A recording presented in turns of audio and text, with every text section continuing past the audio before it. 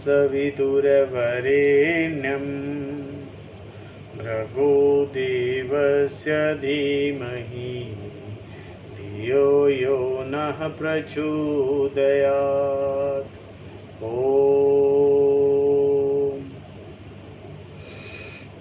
ॐ सहना भवतु सहनौ भुनक्तु सह वीर्यं करवावहै तेजस्विनावधीतमस्तु मा विद्विषावहै। ॐ शान्ति शान्ति शान्तिः।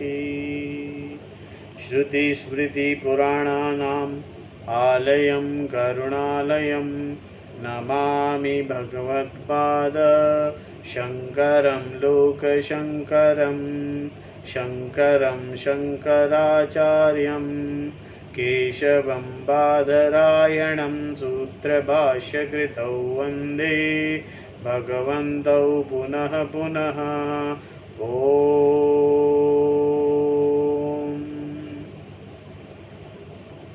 ॐ त्वमेव माता च पिता त्वमेव त्वमेव बन्धुश्च सखा त्वमेव त्वमेव विद्या द्रविणं त्वमेव त्वमेव सर्वं मम देव देव। गुरुदेव भगवान शिव शंकर भोलेनाथ कैलाशपति महाराज की जय। श्री कृष्ण शरणं मम श्री कृष्ण शरणं मम श्री कृष्ण शरणं मम श्री कृष्ण शरणं मम। देव ऋषि नारद भगवान की जय। श्री सूत जी महाराज की जय। शौनक आदि ऋषियों की जय। महर्षि व्यास जी भगवान की जय। शुकदेव भगवान की जय। सभी गुरु देवताओं की जय। श्री शंकराचार्य भगवान की जय। स्वामी चिन्मयानंद भगवान की जय। स्वामी दयानंद भगवान की जय। स्वामी प्रबुद्धानंद भगवान की जय। माता पिता की जय। सभी गुरु देवताओं की जय। सभी गुरु देवताओं की जय। श्री कृष्ण गोविंद हरे मुरारी हे नाथ नारायण वासुदेवा। कृष्ण गोविंद हरे मुरारी हे नाथ नारायण वासुदेवा। श्री कृष्ण गोविंद हरे मुरारी हे नाथ नारायण वासुदेवा। श्री कृष्ण गोविंद हरे मुरारी हे नाथ नारायण वासुदेवा। श्रीमद् भगवत कथा चतुर्थ स्कंद और 24वां अध्याय आज हम करेंगे। 24वें अध्याय में पृथु की वंश परंपरा और प्रेषिताओं और भगवान रुद्र का उपदेश।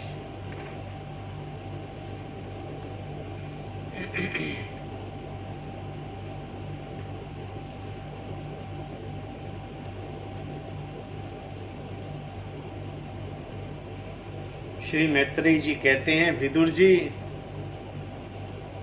महाराज पृथु के बाद उनके पुत्र यशस्वी विजिताशव राजा हुए। उनका अपने छोटे भाइयों पर बड़ा स्नेह था, इसीलिए उन्होंने चारों को एक एक दिशा का अधिकार सौंप दिया। राजा विजिताशव ने हर्याक्ष को पूर्व, धर्मकेश को दक्षिण, वृक को पश्चिम और द्रविण को उत्तर दिशा का राज्य दिया। उन्होंने इंद्र से अंतर्धान होने की शक्ति प्राप्त की, अंतर्ध्यान होने की शक्ति प्राप्त की थी, इसीलिए उन्हें अंतर्धान भी कहते थे। उनकी पत्नी का नाम शिखंडिनी था। उससे उनके 3 सुपुत्र हुए। उनके नाम पावक, पवमान और शुचि थे।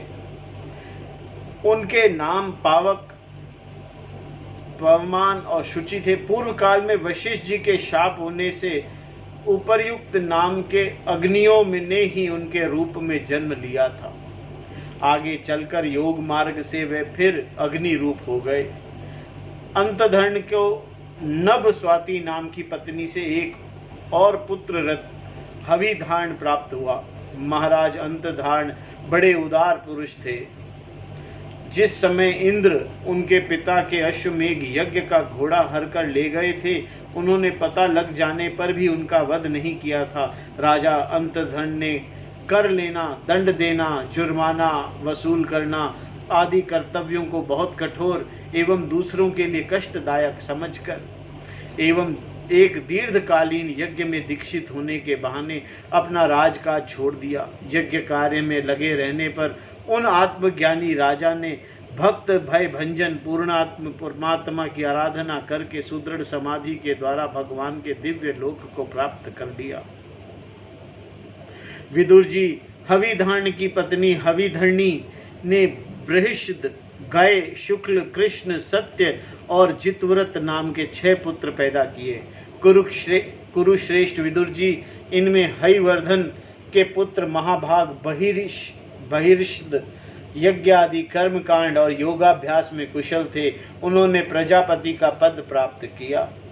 उन्होंने एक स्थान के बाद दूसरे स्थान में लगातार इतने यज्ञ किए कि ये सारी भूमि पूर्व की ओर अग्रभाग करके फैलाए हुए कुशों से पट गई थी। इसी से आगे चलकर प्रचिन बाही नाम से विख्यात हुए। राजा प्रचिन बाही ने ब्रह्मा जी के कहने से समुद्र की कन्या शुद्धृति से विवाह किया था। स्वरांग सुंदरी किशोरी शुद्धृति सुंदर वस्त्र आभूषणों से सज धज कर विवाह मंडप में जब भंवर देने के लिए घूमने लगी, तब स्वयं अग्निदेव भी मोहित होकर उसे वैसे ही चाहने लगे जैसे शुकी को चाहा था। विवाहिता शुद्धृति ने अपने नुपुरों की झनकार से ही दिशा विदेशाओं के देवता, असुर, गंधर्व, मुनि, सिद्ध, मनुष्य और नाग सभी को वश में कर लिया। शुद्धृति के गर्भ से प्राचीन बाही के प्रेक्षता नामक 10 पुत्र हुए। वे सब बड़े ही धर्मज्ञ तथा नाम से एक से नाम और आचरण वाले थे। जब पिता ने उन्हें संतान उत्पन्न करने का आदेश दिया, तब उन सब ने तपस्या करने के लिए समुद्र में प्रवेश किया। वहां 10,000 वर्षों तक तपस्या करते हुए उन्होंने तप का फल देने वाले श्री हरि की आराधना की। घर से तपस्या करने के लिए जाते समय मार्ग में श्री महादेव जी ने उन्हें दर्शन देकर कृपा पूर्वक जिस तत्व का उपदेश दिया था, उसी का एकाग्रता पूर्वक ध्यान, जप और पूजन करते रहे। विदुर जी ने पूछा, ब्राह्मण, मार्ग में प्रेषिताओं का श्री महादेव जी के साथ किस प्रकार समागम हुआ और उन पर प्रसन्न होकर भगवान शंकर ने उन्हें क्या उपदेश दिया? यह वह सारयुक्त बात हम कृपा करके आप मुझे बताइए। ब्रह्म ऋषि शिव जी के साथ समागम होना तो देहधारियों के लिए बहुत कठिन है। औरों की तो बात ही क्या, मुनिजन भी सब प्रकार की आसक्ति छोड़कर उन्हें पाने के लिए निरंतर ध्यान किया करते हैं, किंतु सहज में पाते नहीं। यद्यपि भगवान शंकर आत्मा राम हैं, उन्हें अपने लिए कुछ करना है न पाना है, तो भी लोक सृष्टि की रक्षा के लिए वे अपनी घोर रूपा शक्ति शिवा के साथ सर्वत्र विचरते रहते हैं।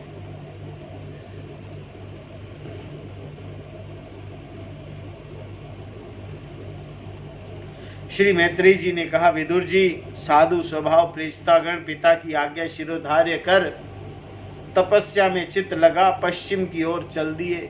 चलते चलते उन्होंने समुद्र के समान विशाल एक सरोवर देखा। वहां महापुरुषों के चित्त के समान बड़ा ही स्वच्छ था तथा उसमें रहने वाले मत्स्य आदि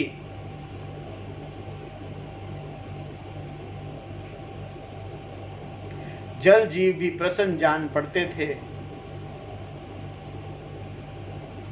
उसमें नील कमल, लाल कमल, रात में, दिन में और सायंकाल में खिलने वाले कमल तथा इंदिवर आदि अन्य कई प्रकार के कमल सुशोभित थे। उसके तटों पर हंस, सारस, चकवा, कारंडव आदि जल पक्षी चहक रहे थे। उसके चारों ओर तरह तरह के वृक्ष और लताएं थी, उन पर मतवाले भौरे गूंज रहे थे। उनकी मधुर ध्वनि से हर्षित होकर मानो उन्हें रोमांच हो रहा था। कमल केशों के पराग पुंज वायु के झकोरों से चारों ओर उड़ रहे थे, मानो वह कोई उत्सव कर रहे हों। वहां मृदंग, प्रणव आदि बाजों के साथ अन्य दिव्य राग रागनियां के कर्म से गायन मधुर ध्वनि सुनकर उन राजकुमारों को बड़ा आश्चर्य हुआ।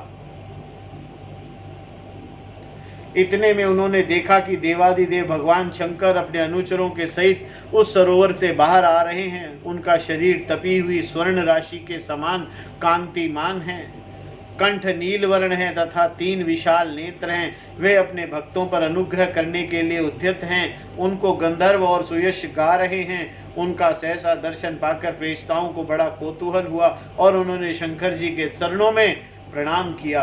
तब शरणागत भयहारी धर्मवत्सल भगवान शंकर ने अपने दर्शन से प्रसन्न हुए उन धर्मज्ञ और शील संपन्न राजकुमारों को प्रसन्न होकर ये कहा।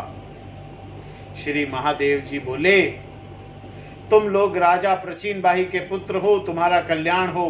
तुम जो करना चाहते हो, जो कुछ करना चाहते हो, वह भी मुझे मालूम है। इस समय तुम लोगों पर कृपा करने के लिए ही मैंने तुम्हें इस प्रकार दर्शन दिए हैं।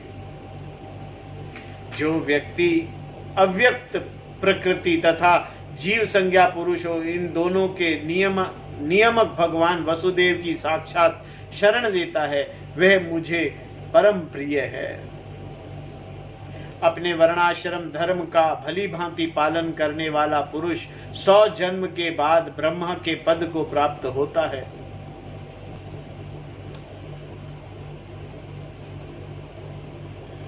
और इससे भी अधिक पुण्य होने पर वह मुझे प्राप्त होता है।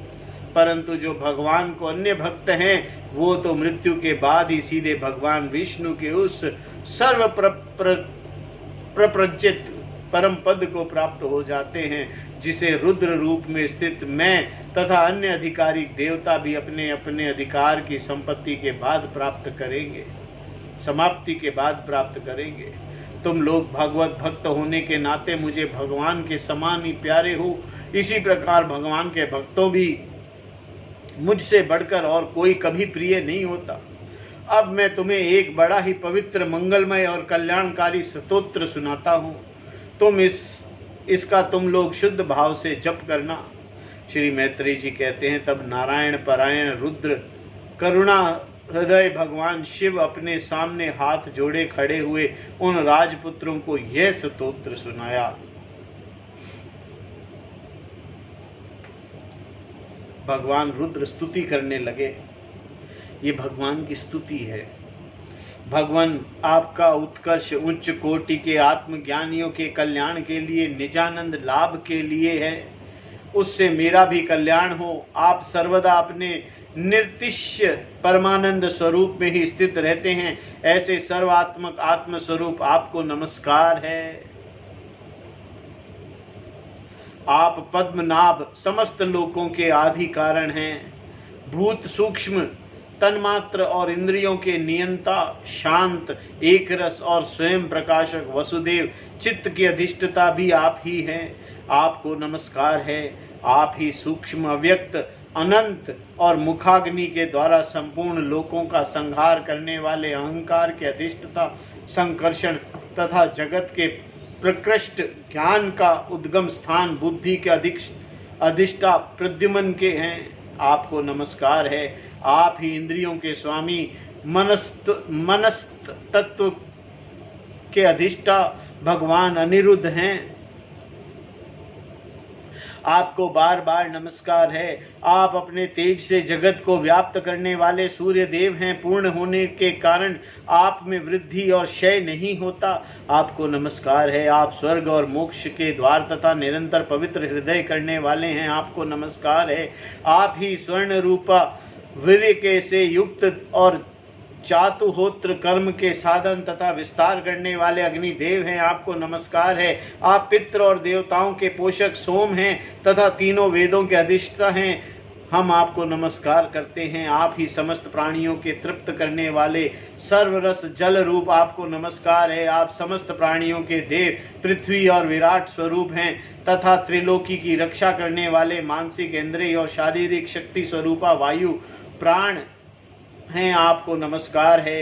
आप ही अपने गुण शब्द के द्वारा समस्त पदार्थों का ज्ञान कराने वाले तथा बाहर भीतर का भेद करने वाले आकाश हैं तथा आप ही महान पुण्यों से प्राप्त होने वाले परम तेजोमय स्वर्ग, बैकुंठ आदि लोक हैं। आपको पुनः पुनः नमस्कार है। आप पितृलोक की प्राप्ति कराने वाले प्रवृत्ति कर्म रूप और देवलोक के प्राप्ति के साधन निवृत्ति कर्म रूप हैं तथा आप ही अधर्म के फल रूप दुखदायक मृत्यु हैं। आपको नमस्कार है।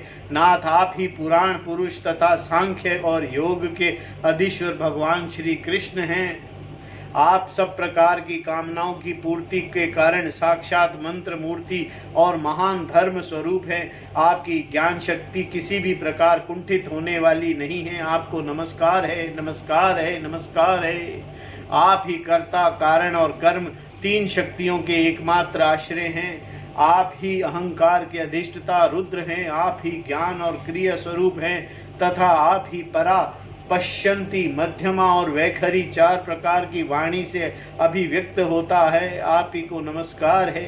प्रभु, हमें आपके दर्शनों की अभिलाषा है, अतः आपके भक्तजन जिसका पूजन करते हैं और जो आपको निज जनों को अत्यंत प्रिय है, अपने उस अनुपम रूप की आप हमें झांकी कराइए। आपका यह रूप अपने गुणों में समस्त इंद्रियों को तृप्त करने वाला है। यह वर्षाकालीन मेघ के समान सनिग्ध, श्याम और संपूर्ण सौंदर्यों का सार सर्वस्व है।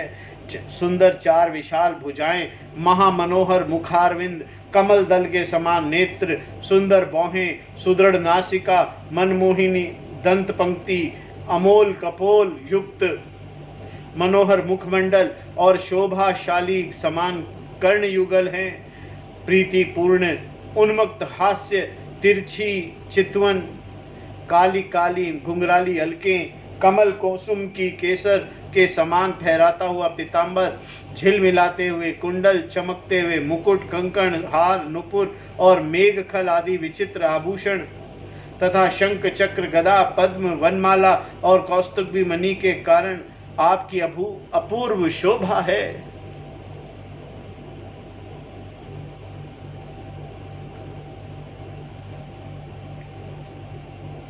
उसके सिंह के समान स्थूल कंधे हैं जिन पर हार, केयोर एवं कुंडल आदि कांति झिलमिलाती रहती है तथा कौस्तुभ मणि की कांति से सुशोभित मनोहर ग्रीवा है। उनका श्यामल वक्षस्थल श्रीवत्स चिन्ह के रूप में लक्ष्मी जी का नित्य निवास होने के कारण कसौटी की शोभा को भी मात करता है। उसका त्रिवल्ली से सुशोभित पीपल के पत्ते के समान सुडेल उदार श्वास के आने जाने से हिलता हुआ बड़ा ही मनोहर जान पड़ता है। उसमें जो भंवर के समान चक्कदार नाभि है वह भी इतनी गहरी है कि उसमें उत्पन्न हुआ यह विश्व मानो फिर उसी में लीन होना चाहता है। श्याम वर्ण कटी भाग में पीतांबर और स्वर्ण की मेखल शोभायमान है।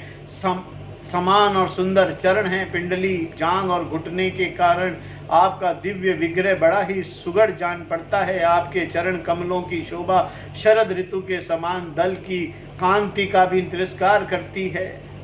उनके नखों से जो प्रकाश निकलता है वह जीव के हृदय अंधकार को तत्काल नष्ट कर देता है। हमें आप कृपा करके भक्तों के भयहारी एवं आश्चर्य स्वरूप उसी रूप का दर्शन कराइए। जगत गुरु, हम अज्ञान अवृता प्राणियों को अपनी प्राप्ति का मार्ग बतलाने वाले आप ही हमारे गुरु हैं। प्रभु, चित्त शुद्धि की अभिलाषा रखने वाले पुरुष को आपके इस रूप का निरंतर ध्यान करना चाहिए। इसकी भक्ति ही सर्व धर्म का पालन करने वाले पुरुष को अभय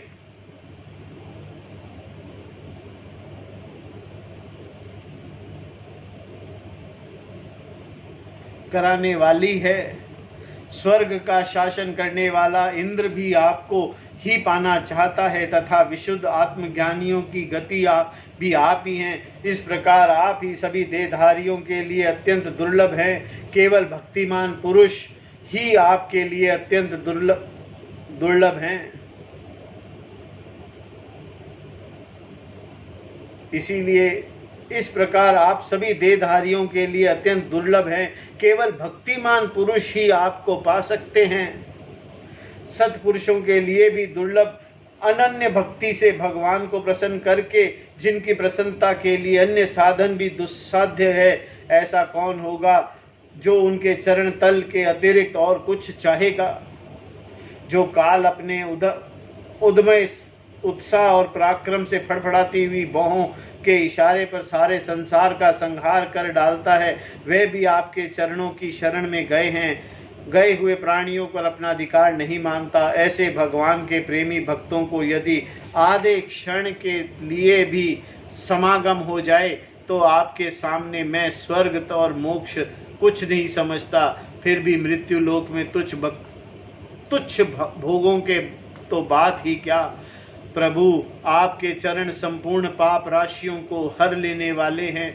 हम तो केवल यही चाहते हैं कि जिन लोगों ने आपकी कीर्ति और तीर्थ गंगा जी के अतिरिक्त और ब्रह्म स्नान करके मानसिक और शारीरिक दोनों प्रकार के पापों को धो डाला है तथा जो जीवों को प्रति दया, राग, द्वेष रहित चित्त और तथा सरलता आदि गुणों से युक्त है, उन आपके भक्त जनों का संग हमें सदा प्राप्त होता रहे। यही हम पर बड़ी कृपा होगी। जिस साधक को चित्त भक्ति योग और अनुग्रहित एवं विशुद्ध होकर ना तो ब्रह्म विषयों में भटकता है और ना ज्ञान गुहा रूप प्रकृति में लीन होता है, वह अनायास ही आपका स्वरूप का दर्शन पा जाता है, जिसमें यह सारा जगत दिखाई देता है और जो स्वयं संपूर्ण जगत में भास रहा है, वह आकाश के समान विस्तृत और परम प्रकाशमय ब्रह्म तत्व आप ही हैं। भगवान आपकी माया अनेक प्रकार के रूप धारण करती है। इसी के द्वारा आप इस प्रकार जगत की रचना करते हैं, पालन और संहार करते हैं। जैसे कोई सुदस्तु हो किंतु इसमें आप से किसी प्रकार का विकार नहीं आता। माया के कारण दूसरे लोगों में भी भेद बुद्धि उत्पन्न होती है। आप परमात्मा पर वह अपना प्रभाव डालने में असमर्थ होती है। आपको तो हम परम स्वतंत्र ही समझते हैं। आपका स्वरूप पंचभूत इंद्रिय और अंतःकरण के प्रेरक रूप से उपलक्षित होता है। जो कर्म योगी पुरुष सिद्ध प्राप्त करने के लिए तरह तरह के कर्मों द्वारा आपके इस गुण साकार स्वरूप और श्रद्धा पूर्वक भली भांति पूजन करते हैं, वे ही वेद और शास्त्र के सच्चे मर्मज्ञ हैं। प्रभु आप ही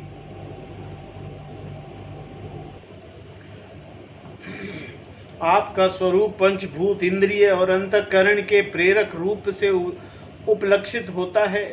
जो कर्म योगी पुरुष सिद्धि प्राप्त करने के लिए तरह तरह के कर्मों द्वारा आपके सगुण साकार स्वरूप का श्रद्धा पूर्वक भली भांति पूजन करते हैं, वे ही वेद और शास्त्रों के सच्चे मर्मज्ञ हैं। प्रभु आप ही अद्वितीय आदि पुरुष है।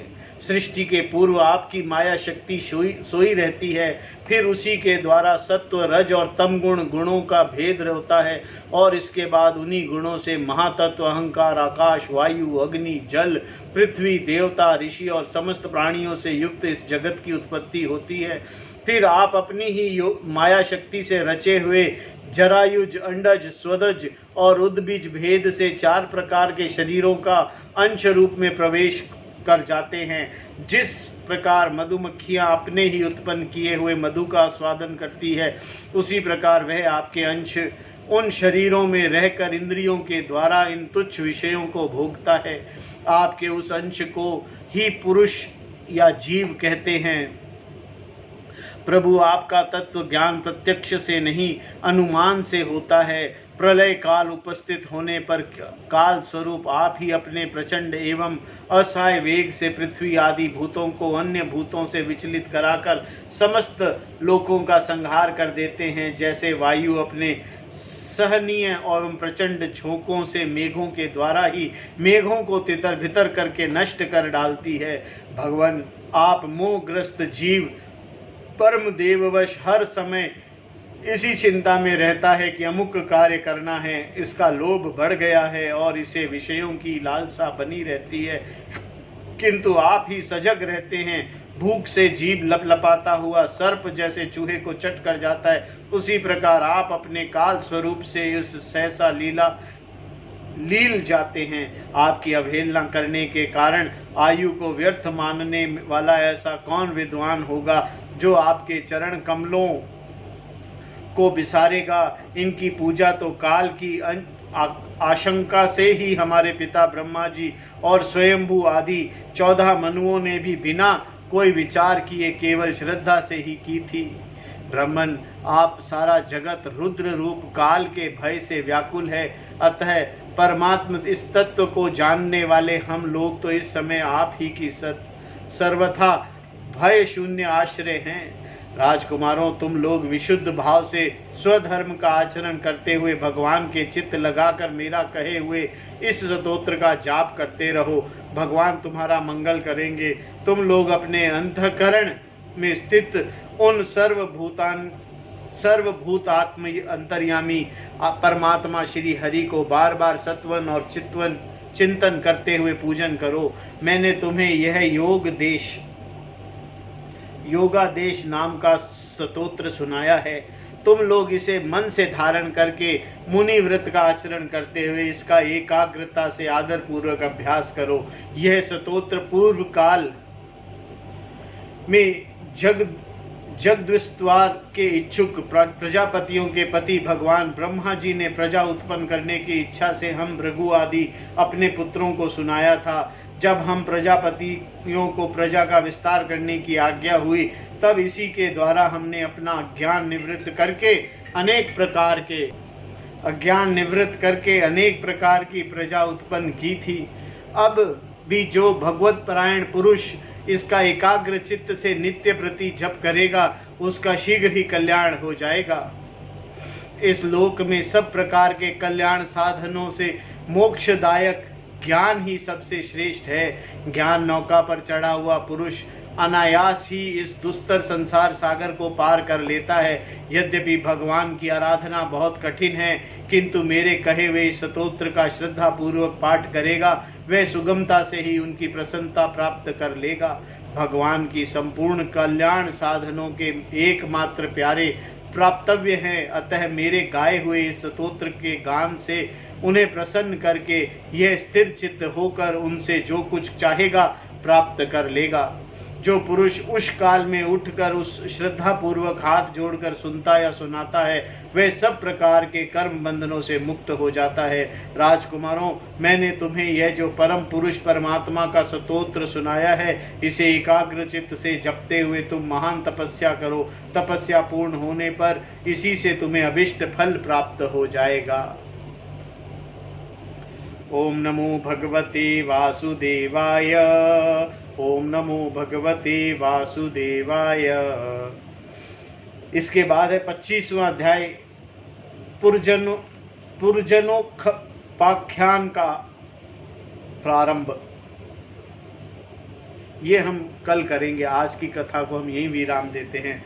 ओम श्रीमन्नारायण नारायण नारायण, हरिहर नारायण नारायण नारायण, भजमन नारायण नारायण नारायण, श्रीमन्नारायण नारायण नारायण, भजमन नारायण नारायण नारायण।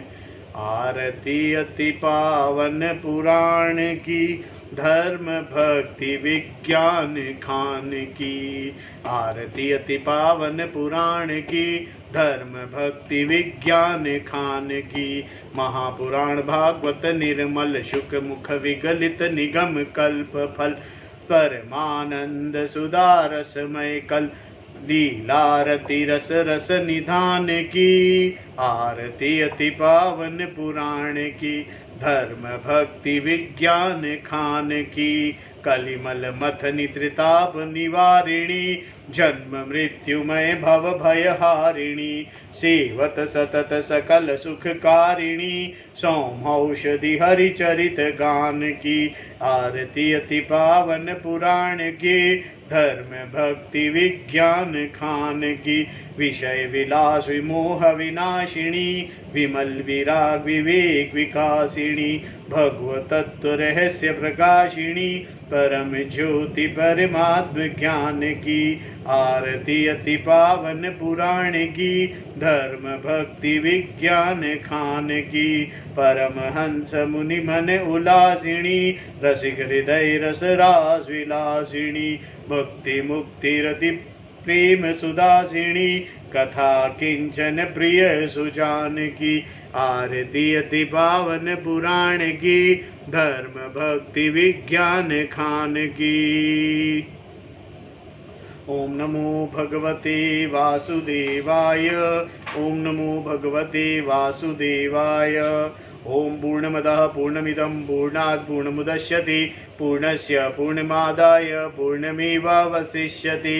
ओम शांति शांति शांति। हरि ओम तत्सत्। ओम गुरुभ्यो नमः। ओम श्रीमन्नारायण नारायण नारायण भजमन नारायण नारायण नारायण श्रीमन्नारायण नारायण नारायण श्रीमन्नारायण नारायण नारायण भजमन नारायण नारायण नारायण हरिहर नारायण नारायण नारायण श्रीमन्नारायण नारायण नारायण।